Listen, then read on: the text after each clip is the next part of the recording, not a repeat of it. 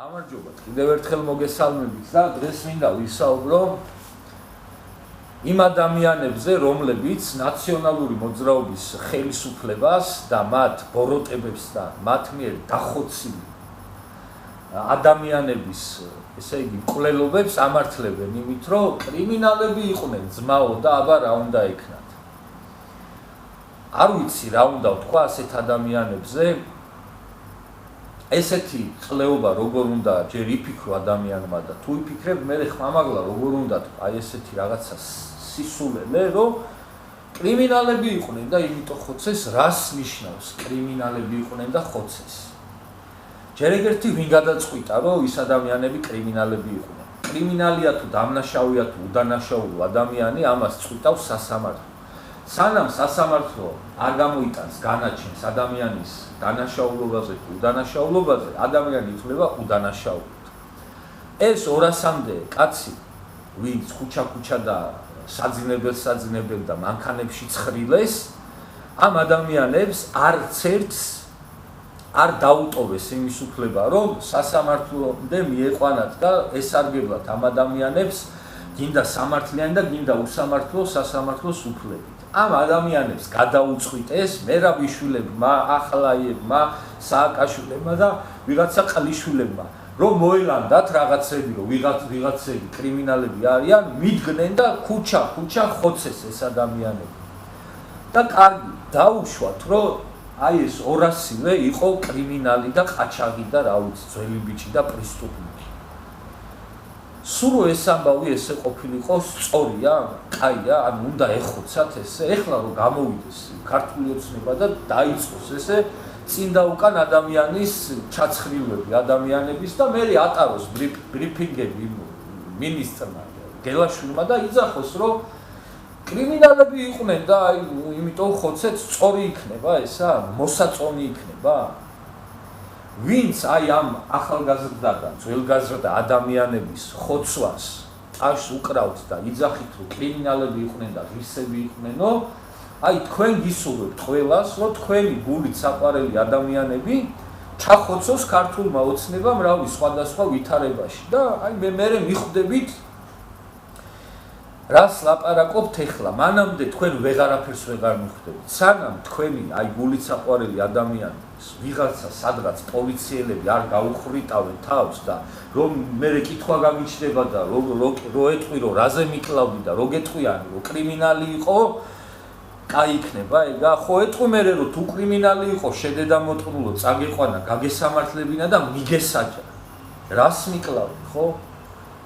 ხო არავინ არ იცით თქვენ და არც მე და არც არავინ ხო არ ვიცით ვის შვილს და ვის შვილიშვილს თუ ძმას თუ დას სად გადაუბრუნდება ფეხი და ვინ სად რა შეცდომას დაუშვებს და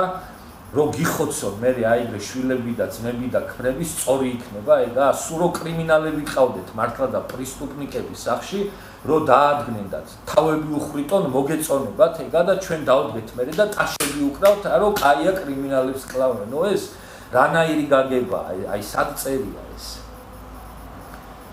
ეხა გეტყვით მე როგორი კრიმინალები იყვნენ ისინი ბუტა რობაქიძე 21 წლის ბავშვი აი წარმოიდგინეთ რა უნდა ეკეთებინა ეხა 21 წლის ბუტა რობაქიძეს იმისთანა კრიმინალი რომ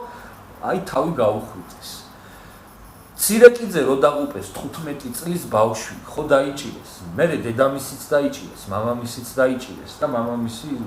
აცხონოს ღმერთმა ვერ გამოვიდა ციხიდან ის კაცი იქ დაიღუპა და ეს ცირეკიძეც კიდე რავი შეშერყეული გამოვიდა იქიდან დაუნგრიეს ცხოვრება და ცირეკიძისნაირი არის 300,000-ზე მეტი ადამიანი ამ ქვეყანაში და აი ბუტასავით დახოცილები კიდე 200-მდე ადამიანია ვინც ქუჩა აი ესე ცხრილეს იმიტომ რომ ვანოს მოელანდა რომ ვიღაცა ის არის კრიმინალი ვანოს რომ მოელანდა რომ ვიღაცა ცოლს უტყნავდა თუ უპირებდა ცოლის მოტყნას და აი კრიმინალია ამიტომ და წაიყვანეს ცხონებული გირგულიანი პროჭულად მოიპარეს და ოქროყანის ტყეში აწამეს და დილით ის კაცი ნახეს გაყინული და 59 ჭრილობა ქონდა სხეულზე და სწორია ესა კრიმინალი იყო გირგულიანი რამდენი გირგულიანი კრიმინალი არ იყო ისე თქვენი დედას შევეცი ვინც აი ბოროტობებს ტაშს უკრავთ ორი კატეგორია არიან რა ეს პროჭები. პირველი რომ იძახიან რომ კრიმინალები იყვნენ და ღირსი იყვნენ და მეორე ვითომ რომ არ აღიარებენ რა ამ ადამიანებს. თითქოს აი ეს ადამიანები ვინც ქუჩა ხოცეს 200-მდე კაცი და 500-ზე მეტი ადამიანი კიდე ციხეში მოკლეს, ეს ადამიანები თითქოს ადამიანები არ იყვნენ, თითქოს კატები იყვნენ, ძაღლები იყვნენ და თითქოს საერთოდ არაფერი არ მოხდარა რა, არ იმჩნევენ ტიპები რა, ყოფილა არ ყოფილა, ხო მე რა მოხდა ეხა თუ 200 კაცი მოკლეს და იმ 200 კაცს კიდე უკან დედები, შვილები, ცოლები, ძმები, რა ვიცი,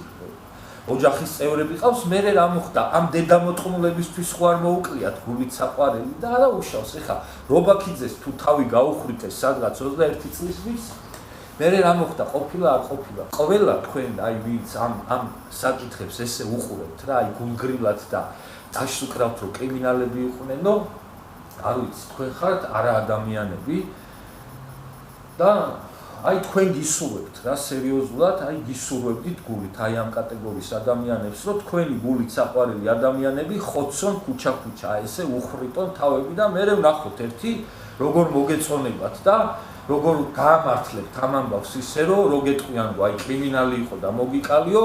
ტაჟდა უკრავთ კაი გიქნიაო ჩემი შვილი კრიმინალი თუ რო იყო და მოკალიო ხოჩავ სწორად ქენითო თუ